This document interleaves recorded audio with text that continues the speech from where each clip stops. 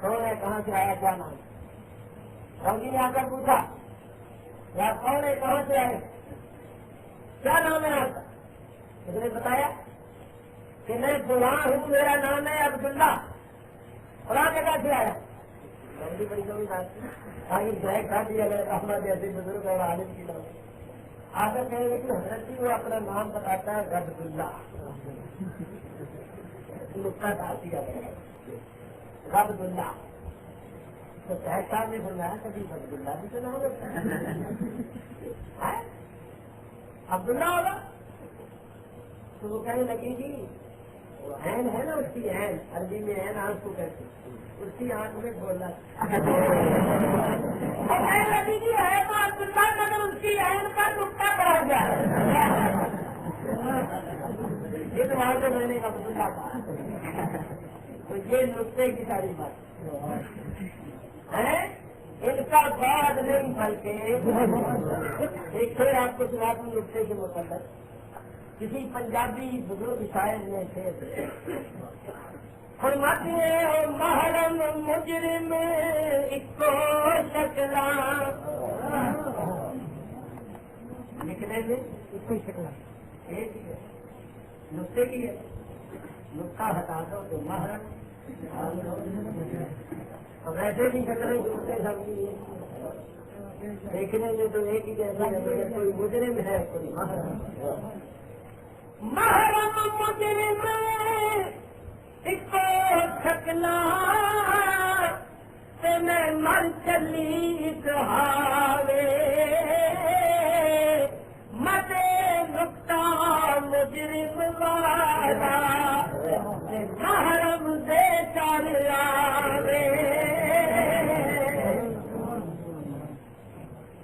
اب حضرت نے جواب لکھا, علماء نے کہا شریف مکہ کے جناب یہ شخص تو کوئی اپنے وقت کا امام بہت بڑا, اس نے تو فرائی کے انبار لگا اور ایسے معقول دلائل پیش کیے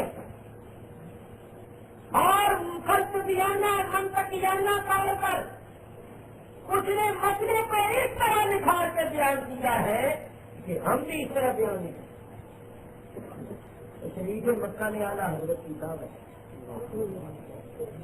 سارے علماء جب گفتگو ہوئی عربی میں مسائل پر تو ان علماء نے اعلیٰ حضرت سے کہا کہ ہمیں اپنی شاگردی میں لیجیے اور سمجھے تاکہ ہم فخر کیا کریں گے کہ ہم اتنے بڑے امام کے شاگرد رہے, مرید بھی بڑے, سنتے بھی لی, سنے دینے کی کتاب عربی زبان میں موجود ہے جس کا نام ہے الدولۃ المکیہ. اس کا اردو میں ترجمہ بھی ہوتا ملتی ہے بات. تو میرے بزرگوں آپ اتنے بڑے عالم تھے کہ عرب کے علماء نے آپ کی تعریف میں ایک ایک صفحہ آپ کی القاب میں کہ آپ اپنے وقت کے مدرس, اپنے وقت کے امام, جب سارے زمانہ, اور انہوں نے معرفت, انہوں نے شریعت, انہوں نے طریقہ تدریس تفسیر سیکھا اور عرفان کے لحاظ سے بھی آپ بہت بڑے ولی شامل ہیں. تو میں آپ کی خدمت میں اللہ تعالیٰ نے آپ کو یہ درجہ اور مرتبہ عطا فرمایا تھا. چنانچہ شریف مکہ میں اسپیشل طور پر آپ کا مدینے پہنچنے کا انتظام تھا. دشمن خاطر اور ناکام ہو, اللہ تعالیٰ جس کو عزت دے. اب سنو, دیکھو آپ سب لوگوں کے گھروں میں قرآن شریف ہے ترجمے کا, آپ لوگ ترجمہ پڑھتے ہیں تو صحیح طور پر توجہ نہیں, لیکن سارے ایسے نہیں ہوتے, بہت پڑھے لکھے حضرات ہوتے ہیں وہ غور بھی کرتے. میں چند آیتیں آپ کے سامنے پیش کرتا ہوں اور پھر بتاؤں گا کہ دوسروں نے کیا ترجمے کیے اور اعلیٰ حضرت نے کیا ترجمہ کیا. کمال کر دیا اللہ تعالیٰ ان کو بہترین جواب دے دنیا میں اور آخرت.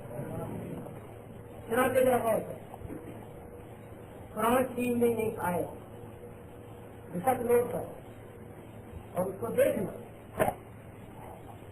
پارہ چوتھا, سورہ آل عمران, آیت نمبر 143. سورج کون سی ہے؟ پارا اللہ تعالیٰ اس بات فرماتا ہے فَلَمَّا يَعْلَمِ اللَّهُ الَّذِينَ جَاهَدُوا مِنكُمْ. کیا اب ترجمے کو شاہ عبد القادر صاحب ترجمہ کرتے ہیں. اور ابھی معلوم نہیں کہ یہ اللہ میں جو ڈرنے والے ہیں وہ ابھی معلوم نہیں. اس کا مطلب یہ ہوا کہ ابھی اللہ کو ڈرنے والوں کا علم یہاں آپ لوگ غور نہیں کر جاتے ہیں. فتح نظر جو غور فکر کرنے والی اللہ فرماتا ہے افلا یتدبرون القرآن. تم قرآن میں غور نہیں کرتے ہو. سنا مولوی فتح محمد صاحب جلندری میں ترجمہ. حالانکہ ابھی خدا نے تم میں سے جہاد کرنے والوں کو تو اچھی طرح معلوم کیا ہی نہیں. معلوم ہی نہیں. تیسرا ترجمہ مولانا عبد الماجد دریا آبادی, یہ بھی جو بندی مطلب وہ ترجمہ کرتی ہے حالانکہ ابھی اللہ نے ان لوگوں کو تم میں سے جانا ہی نہیں جنہوں نے جہاد کیا. کوئی کہتا ہے جانا نہیں, کوئی کہتا ہے معلوم ہی نہیں. کسی نے یہ لفظ لگا دیا ہے اس طرح معلوم نہیں.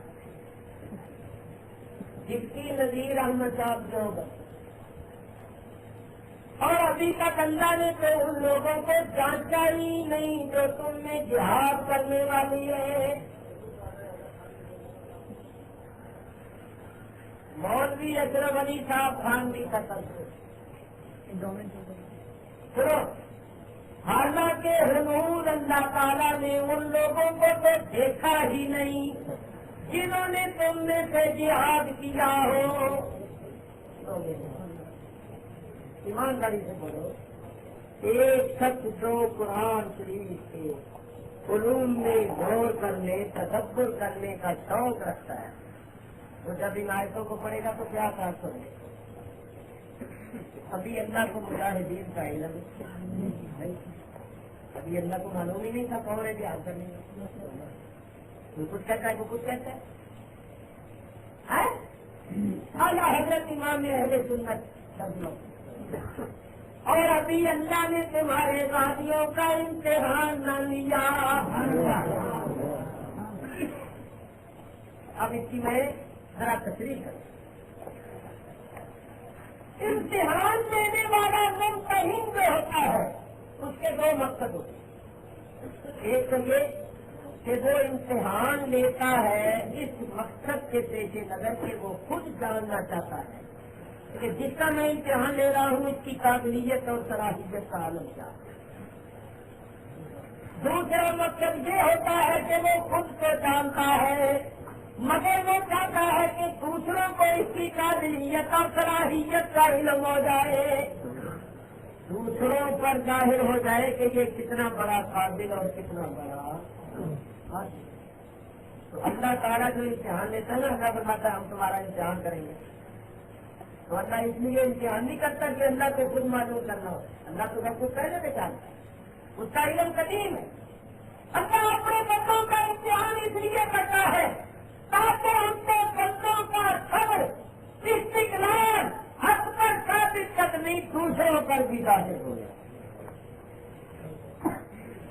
سبحان اللہ. ایسا ترجمہ کیا جس سے یہ نہیں مفہوم ظاہر ہوتا کہ اللہ کو پہلے سے نہیں, اللہ کی طرح نہیں جانتا, اللہ کو نہیں. اور یہ بڑی اہم بات ہے جو میں کرنے لگا. چنانچہ الحمدللہ میں نے کراچی میں جمعے میں ایک مضمون کو بیان کیا تھا. بڑے اچھے کی بات, ایک بہت بڑے وکیل گزرے کی نماز کے بعد مجھ کو ملے. مولوی صاحب خدا کی قسم میں جب شاید کو پڑھا کرتا تھا تو میرے ذہن میں الزام پیدا ہوتا ہے.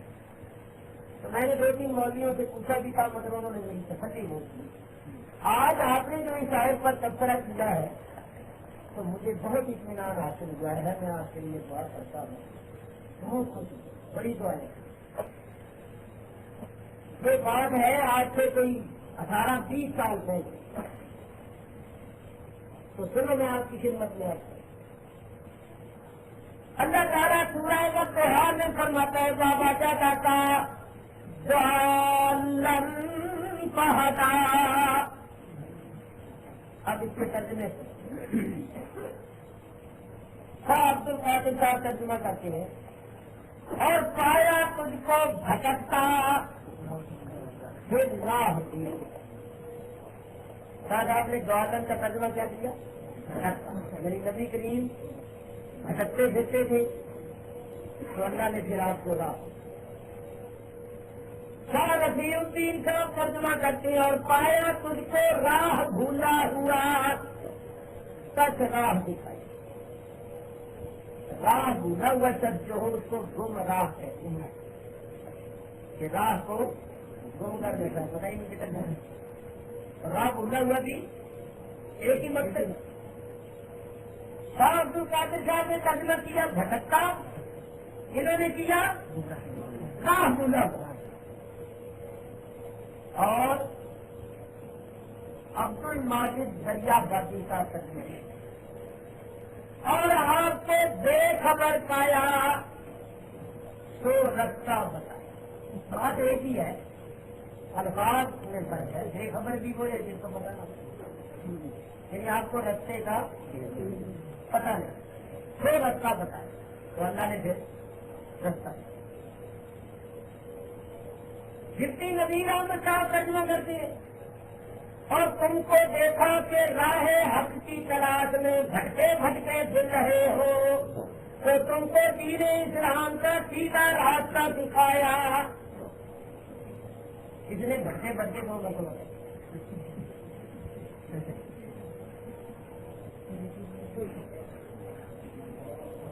آدمی صاحب نے ترجمہ کیا اور اللہ تعالیٰ نے آپ کو شریعت کے بے خبر پایا تو آپ کو شریعت کا راستہ بتلا دیا. مطلب یہ راستے کا آپ کو یہاں محبوبی صاحب کا نہیں لکھا ہوا. محبوبی صاحب نے یہ ترجمہ کیا ہے اور اللہ نے آپ کو پایا چھٹکا ہوا.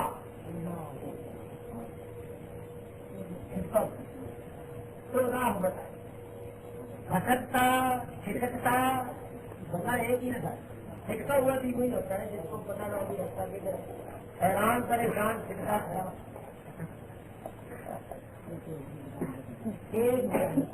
اس سے کیا ثابت ہوا, جو بھی یہ ترجمے پڑے گا وہ کہے گا کہ اس کا مطلب یہ ہوا کہ 40 سال تک وہ رکھیں گے, دیکھیں گے, راہ بھولیں گے, شریعت سے دیکھیں. جب آپ نے نبوت کا دعویٰ کیا, اللہ نے وحی نازل کی تو آپ کو اللہ نے وحی کے ذریعے سے سیدھا راستہ بتایا. اس کے ساتھ ایک اور آیت ہے, اس کو بھی پڑھ لوں تو پھر دونوں کی متعلق کریں. اچھا کرے بہت سرتا ہے ماتن کا تقریباً کتاب ونل ایمان. سجنے سے آپ تو کافی صاحب ترجمہ کرتے تو نہ جانتا تھا کہ کیا ہے کتاب اور نہ یہ جانتا تھا کہ کیا ہے ایمان. نبی کریم میں کتاب کو جانتے تھے نا ایمان. مولوی فتح احمد جلندری صاحب ترجمہ کرتی ہیں تم نہ تو کتاب کو جانتے تھے اور نہ ایمان. یہ نبی نہ تم کتاب کو جانتے تھے نہ ایمان. شاہ رفیع الدین صاحب ترجمہ کرتے نہ جانتا تھا تو کیا ہے کتاب اور نہ ایمان. محبوبی صاحب تمہیں کچھ پتا نہ تھا کہ کتاب کیا ہوتی ہے اور ایمان کیا ہوتا ہے.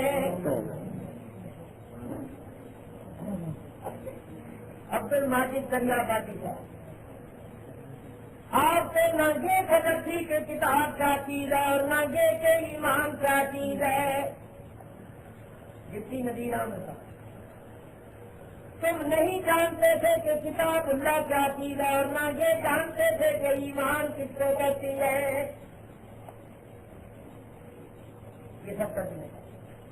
حضرت ولی صاحب تھانوی میں تھوڑا سا ذرا طریقے نہ کم آپ کو نہ یہ خبر تھی کہ کتاب اللہ کیا چیز ہے اور نہ یہ خبر تھی کہ ایمان کا انتہائی کمال کیا چیز ہے. ایمان میں تھوڑا تھوڑا جان دے انتہا نہیں سمجھا. ایمان کا انتہائی کمال نہیں جانتا. آپ یہ سب دونوں آیتوں کے ترجمے. پہلی آیت میں یہ کہ آپ 40 سال تک رات اٹھے ہوئے گمراہ تھے, بچے ہوئے تھے, پھٹے ہوئے تھے, اور 40 سال تک وہ یہ جانتے تھے کتاب کس کو کہتے ہیں, نہ یہ جانتے تھے کہ ایمان کس کو. اس کا تبصرہ کرنے سے پہلے میں ایک بریک کروں. فرض کر لو کہ ہمارا مناظرہ ہو جائے عیسائیوں سے. ایک طرف وہ عیسائی پادری, دوسری طرف وہ مسلمان مولوی. میرا نام مولوی تھا. تو عیسائی پادری کہے کہ مولوی صاحب جس قرآن پر آپ ایمان رکھتے ہیں جو آپ کے نزدیک اللہ کی مقدس کتاب ہے, اس کتاب میں لکھا ہوا ہے, تمہارے ترجموں نے یہ صاف طور پر ظاہر کیا کہ تمہارے نبی 40 سال تک نہ کتاب کو جانتے نہ ایمان. 40 سال تک تمہارے نبی گمراہ تھے, راہ گھومے ہوئے تھے, بھٹکے ہوئے تھے, سکھے. 40 سال کے بعد جب ان کو نبوت ملی تب اللہ نے ان کو سیدھا راستہ بتایا. پادری یہ بات کر کے پھر کہے کہ اب مولوی صاحب تمہارے قرآن میں ہمارے عیسیٰ علیہ السلام کے متعلق لکھا ہوا ہے کہ جب اللہ تعالیٰ نے حضرت عیسیٰ کو بغیر باپ کے اپنی قدرت سے پیدا کیا تو بھائی مریم ان کو گود میں اٹھا کر قوم کے پاس گئی. قوم نے کہا مریم یہ کیا بات ہے, تو نے تو ہمیں تعجب میں ڈال دیا, تیرا تو ابھی نکاح نہیں ہوا اور ہم تیری گود میں بچہ دیکھ رہے ہیں. یہ کیا کرو. اللہ تعالیٰ انصاف فرماتا ہے نہیں. حضرت مریم نے گود کے بچے کی طرف اشارہ کیا کہ اس سے بات کرو. کتنی عمر تھی عیسیٰ علیہ السلام؟ بات کہتے ہیں 1 دن کی عمر تھی, اسی دن پیدا ہوئی. بات کہتے ہیں 40 روز کی. چلو 40 روز کی بات, 40 روز کے بچے کو کوئی روگ ہوتا ہے؟ کوئی بھائی آئی تھی. ہماری مریم علیہ السلام کہتی ہے مجھ پر اعتراض کرنے والے اس بچے سے بات کرو. کیسا نکلم من کان فی المہد صبیا. وہ کہنے لگے ہم اس بچے سے کیسے کلام کریں جو گود کا بچہ ہے, جو ابھی بولنے کے سمجھنے کے قابل نہیں. بس انہوں نے کہا تو عیسیٰ علیہ السلام ماں کی گود میں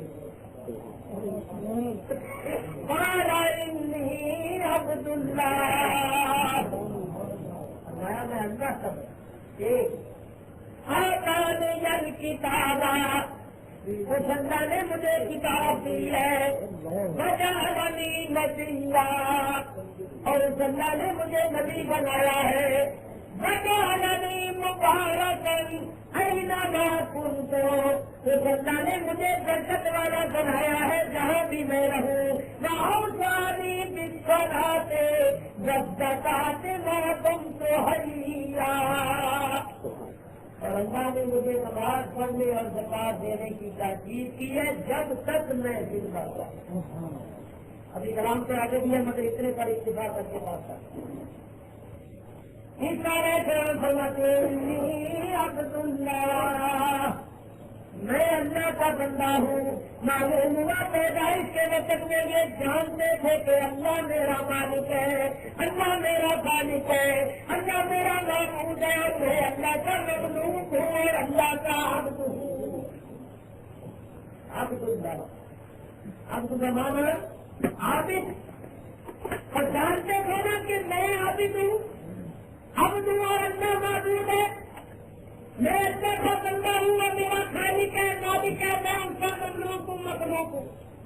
ماننا پڑے گا کہ عیسیٰ علیہ السلام پیدائش کے وقت اللہ کی معرفت بھی رکھتے تھے اور یہ بھی جانتے تھے کہ میں اللہ کا بندہ ہوں، اللہ کی مخلوق۔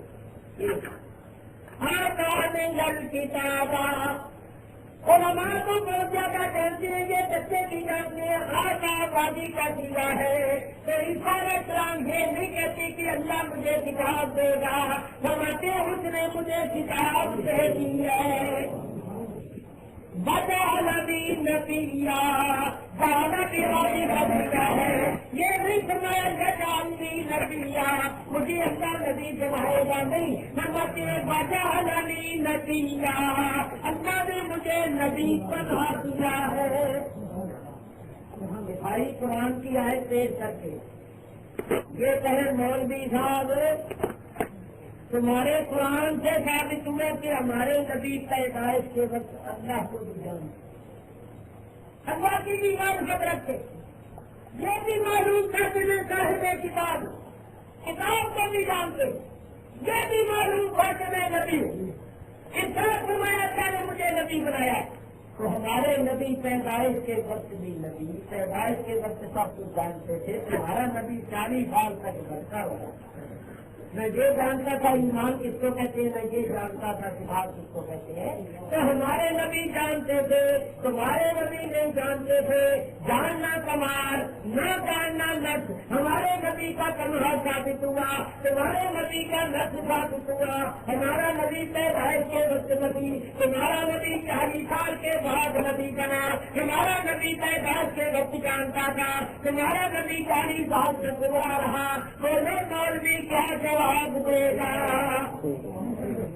وہاں کوئی مریض تو نہیں نہ بیٹھے ہوں گے تو ہمیں لا کے نعرے لگائے جائیں گے، وہاں تو دشمن سے کھانا پڑا ہوا ہے۔ دشمن مقابلہ کرتے وقت یہ نہیں دیکھتا اس کی کون سی ہڈی پسلی ٹوٹتی ہے، مجھے پورا زور لگا دے، کیونکہ کشتی ہے، مقابلہ ہے۔ ہوتا جائے گا کہ میں اس پر ایسا کہ قرآن کے اندر میرے مقابلے کرانے کی ضرورت نہ کرے، تو وہاں جو ہے سائے کرنے سے کام نہیں کرے۔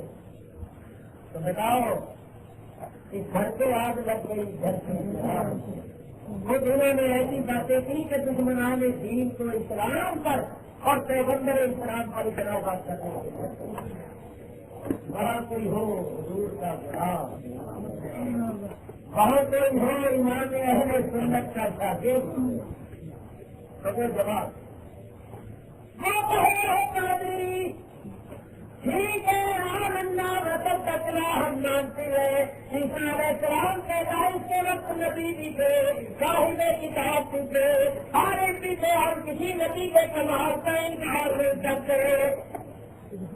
عیسیٰ علیہ السلام کو فرماتے ہیں پیدائش کے وقت، اور ہمارے نبی نے ضرور فرمایا ہم تو نبی اللہ تمہیں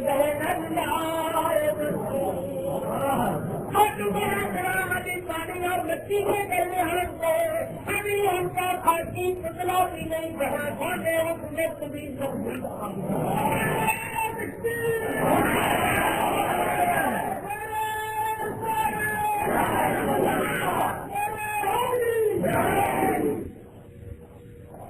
حضور سمجھتی ہیں تم کو نبی یہاں کرنے دین الرنگ ہے والجہ کا ہاتھ میرے کرامت